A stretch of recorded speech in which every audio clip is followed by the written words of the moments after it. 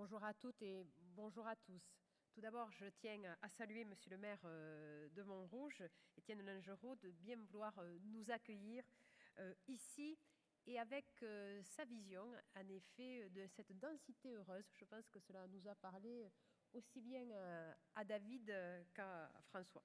Bien sûr, remercier David Lisnard, de cette organisation, d'en avoir eu l'idée. Remercier également l'ensemble des équipes de l'AMF, que ce soit à travers les membres du bureau, mais également les équipes opérationnelles. Je mesure tout le travail qu'il y a derrière. Et puis, bien sûr, on sait la complicité et l'efficacité d'André Léniel pour faire en sorte que la voix des élus locaux soit portée. Et puis, je représente bien sûr Association des régions de France, mais je n'oublie pas que je suis toujours conseillère municipale de Martre-Tolosane, maire un jour, maire toujours. Je salue bien sûr François Sauvadet et l'ensemble des présidents de département, des conseillers départementaux, parce que, bien entendu, je suis régionaliste, mais je suis aussi départementaliste. Parce que, venant d'un territoire rural, à mon accent, vous avez bien compris que c'est très au sud, le Comminges, près des Pyrénées, je connais bien la question du sentiment d'inégalité, du sentiment parfois d'oubli qu'ont les concitoyens. Et c'est pourquoi nous avons besoin et des communes, et des départements, et des régions dans des missions qui sont différentes. Je salue bien entendu également les vice-présidents de région, les conseillers régionaux de l'ensemble de nos régions. Je tiens à les remercier à toutes et à tous. Et Hervé Morin, président de la région Normandie, va nous rejoindre dans quelques minutes. Et puis remercier les candidates et les candidats qui ont accepté de venir parler avec nous, accepté de témoigner de l'intérêt pour les territoires, de la nécessaire prise en compte de celles et de ceux qui sont à portée d'engueulade. Alors à portée de regard, quand même, d'écrire David Lisnard, mais aussi à portée d'engueulade. Parce que nous, la France, nous la vivons au cœur. La République, nous la portons, bien sûr, avec toute notre force, toute notre énergie. Et cette France, nous la vivons au cœur des territoires, parce que nous connaissons les difficultés, les enthousiasmes, les espoirs, et aussi nous avons la capacité de faire l'union. Et c'est pourquoi Territoire Uni porte bien son nom. Parce que Territoire Uni, c'est bien sûr l'association des maires de France, des présidents de département, des présidents de région. Je le rappelle, cela a été initié donc par François Baroin, par Dominique Bussereau, par Hervé Morin, avec Gérard Larcher. Mais cela démontre que nous savons nous unir l'ensemble des collectivités locales, mais aussi que les collectivités locales ont un fort pouvoir d'union. Parce que dans nos territoires, nous savons faire le parc. Le parc, alors bien entendu, c'est l'image rugbystique. Hein, vous pensez bien que nous savons remplacer en fait la défiance qui existe trop dans notre société par la question de la confiance. Et en effet, c'est ce que nous voulons, la République de la confiance. Et donc, dans le livre blanc qui a été travaillé et donc présenté par l'ensemble des présidentes et des présidents de région, c'est ce titre que nous avons voulu, la République de la confiance. Nous savons associer toutes les strates de collectivités locales, mais nous savons aussi associer les acteurs privés, les acteurs publics. Cela est indispensable. C'est ainsi que nous pouvons donner de la confiance et de la fierté et de l'efficacité. Souveraineté sanitaire. Nous avons vu à quel point cela nous a fait défaut, il y a de ça maintenant 2 ans, mais également souveraineté industrielle. Nous avons besoin de l'investissement privé, mais qui a besoin aussi d'être soutenu par les collectivités locales, et au premier rang desquelles, bien sûr, les régions, mais avec aussi les intercommunalités, et puis les départements sur l'aménagement des territoires, et puis les maires, qui sont les premiers interlocuteurs quand il y a une idée, quand il y a une envie, parce que nous savons très bien que cette industrie, elle demande à se revigorer. C'est indispensable que nous ayons la fierté de la production. Et c'est indispensable aussi que cette industrie, elle s'engage dans la question des défis de la transition écologique et énergétique, et en particulier sur le sujet des énergies renouvelables. Nous avons besoin d'investissements publics. C'est donc Territoires Unis qui est là, qui va interroger les candidats qui ont bien voulu être présents. Et nous avons su, David l'a rappelé dans notre déclaration il y a de ça maintenant 10 jours, démontrer que nous avions des points en commun. Alors, sommes-nous d'accord sur tout? Non, pas sur tout, mais à plus de 90%, oui. Parce que tout d'abord, nous sommes profondément attachés à la réussite de la France et à ce que chaque Française et chaque Français se sente reconnu et trouve sa place dans la République.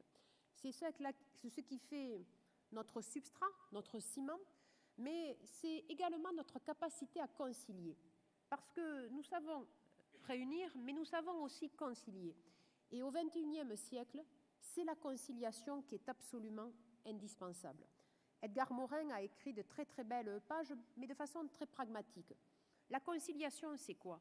C'est s'occuper aussi bien de grandes métropoles, et je salue le représentant de la France urbaine, monsieur le maire de Toulouse, cher Jean-Luc, comme d'un village de 10 habitants. Parce que dans ma circonscription, en Comminges, même pour être précise, de 6 habitants. Nous savons en effet concilier la question des grandes villes, mais aussi l'attention à chaque commune, et peu importe le nombre d'habitants. C'est aussi concilier économie et écologie. Parce que nous sommes conscients que notre modèle productif ne peut pas être le même que celui du XXe siècle. Mais nous sommes aussi convaincus tous les trois que nous avons besoin d'une croissance en conscience, une croissance indispensable. C'est également concilier le soutien à des entreprises sur de la recherche et d'innovation qui sont des grands groupes, mais c'est aussi pouvoir soutenir l'acquisition du camion frigo du boucher qui va faire ses tournées. Et cher François, ces territoires, nous les connaissons bien et nous les aimons. Et puis, c'est également être capable de concilier l'accompagnement de la puissance publique tout au long de la vie, en particulier pour les départements, de la petite enfance jusqu'au grand âge, et sur toutes les questions de l'émancipation. Et puis, dans une commune, c'est la conciliation du bien vivre ensemble. C'est cela, c'est faire en sorte que chaque habitant puisse comprendre l'intérêt général, puisse comprendre l'intérêt collectif, mais pour autant qu'il se sente associé, qu'il se sente inclus. La question de l'inclusion est fondamentale. Alors, nous allons continuer à travailler ensemble, à questionner les candidats, et c'est pourquoi nous avons proposé aussi qu'il puisse y avoir des états généraux des libertés locales et de la confiance dans l'action publique. Oui, nous sommes attachés aux libertés locales, à la confiance dans l'action publique, parce que nous avons de nombreux défis à relever. J'ai parlé de l'urgence climatique que nous connaissons depuis de nombreuses années, mais bien sûr, aujourd'hui, il y a la guerre sur le continent européen. Et à l'aune de cette menace, nous devons rappeler qu'il y a la nécessité de se faire confiance. Parce que nous ne pouvons pas, en France, être dans un mépris ou dans une défiance. Car la France a une voix à porter très forte à l'international. Nous sommes la patrie des droits de l'homme. Et nous devons savoir le rappeler, que nous sommes très attachés à la démocratie. Dans ce temps, il n'y a pas de place pour la question des invectives. Il y a de la place pour le débat de façon respectueuse. Parce que oui, ce que nous voulons, ce n'est pas être des petits soldats, le doigt sur la couture. Ce n'est pas tout à fait mon tempérament. Mais en revanche, c'est de savoir être là, présent, quand le pays en a besoin. Et c'est ce principe aussi que nous défendons tous les trois ensemble, de la subsidiarité ascendante. Il faut complètement changer de paradigme, c'est-à-dire dans ce pays, où bien entendu la centralisation a été nécessaire, parce qu'en France, c'est l'État qui a fait la nation. Mais aujourd'hui, au XXIe siècle, nous avons une maturité politique, où nous devons, quand nous avons une nouvelle action à mener, voir quelles sont les collectivités locales qui peuvent la mener Et si cela n'est pas pertinent, à ce moment-là, c'est le niveau central. Mais il faut inverser, parce qu'il faut toujours se rappeler que le bas structure le haut. Moi, dans ma carrière, j'ai travaillé dans le domaine des travaux publics et du bâtiment. Et je peux vous assurer qu'un édifice, pour qu'il soit solide, il faut qu'il ait bonne fondation. Et la République, pour qu'elle soit solide, nous en avons besoin, parce que c'est notre maison commune à toutes et à tous, elle doit avoir des fondations solides. Et les fondations solides, c'est reconnaître les territoires et c'est faire en sorte qu'à travers la décentralisation, le pouvoir local, chacun puisse se sentir reconnu. Subsidiarité ascendante, droit à la différenciation, parce que la question des défis dans les territoires ne sont pas les mêmes. Nous avons aussi besoin de pouvoir adapter sur des collectivités de tailles différentes, de densités de population différentes, de défis environnementaux différents, de défis économiques également qui sont différents. Et puis, il est nécessaire d'avoir cette adaptabilité. Parce que pourquoi plus de décentralisation? Non pas pour continuer. Moi, j'aime bien avoir un peu parfois de disruption, avoir le pas de côté qui permet de s'interroger. Mais parce que la décentralisation est indispensable pour répondre à ce que nous reprochent nos concitoyens. Pourquoi il y a un taux d'abstention aussi élevé? Pourquoi depuis maintenant 5 ans, aucune élection a dépassé les 50% de participation? C'est parce que nos concitoyens considèrent que les politiques ne peuvent plus changer la vie. Et ça, c'est terrible, quand il y a de la résignation, quand il y a un sentiment de fatalité, qu'il y a une chape de plomb, que l'escalier de la réussite, je n'aime pas trop le terme ascenseur social, je préfère l'escalier de la réussite, il faut de la volonté dans la vie, et puis quand on a une difficulté, il faut une pour se faire aider. Eh bien, ils ont le sentiment que cet escalier de la réussite n'est pas accessible à toutes et à tous. Et donc, nous devons démontrer qu'à travers la question de la différenciation, nous nous adaptons. Nous avons des réponses rapides. La décentralisation, c'est vraiment ce qui permet d'avoir des réponses plus rapides et qui soient adaptées et qui ne soient pas technocratiques. C'est ce que nous reprochent souvent nos concitoyens. C'est que dans notre jargon, il y a tellement d'acronymes que plus personne n'y comprend rien, que ça devient un débat en fait d'initiés. Alors qu'il faut se rappeler que dans cette nouvelle ère de la décentralisation, qui a 40 ans, les lois de 82 et de 83, c'était bien de donner du pouvoir au peuple, bien de donner du pouvoir au territoire. Alors nous avons besoin de cette nouvelle étape que nous défendons tous ensemble, et puis avec la question aussi du pouvoir réglementaire d'application des lois.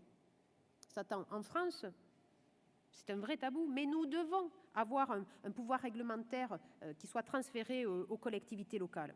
Et nous devons aussi permettre le pouvoir d'adaptation des lois aux particularités locales sur les territoires insulaires, les territoires d'outre-mer, avec un pouvoir normatif spécifique, tenant compte de leur histoire et de leur culture. Et nous avons fait des propositions, en particulier en ce sens, sur le livre blanc des régions pour la Corse ou pour les territoires d'outre-mer.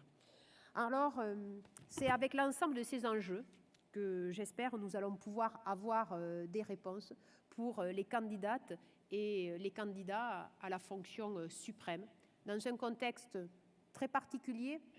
Mais notre France, notre République, elle mérite notre attachement, elle mérite de ne jamais se résigner.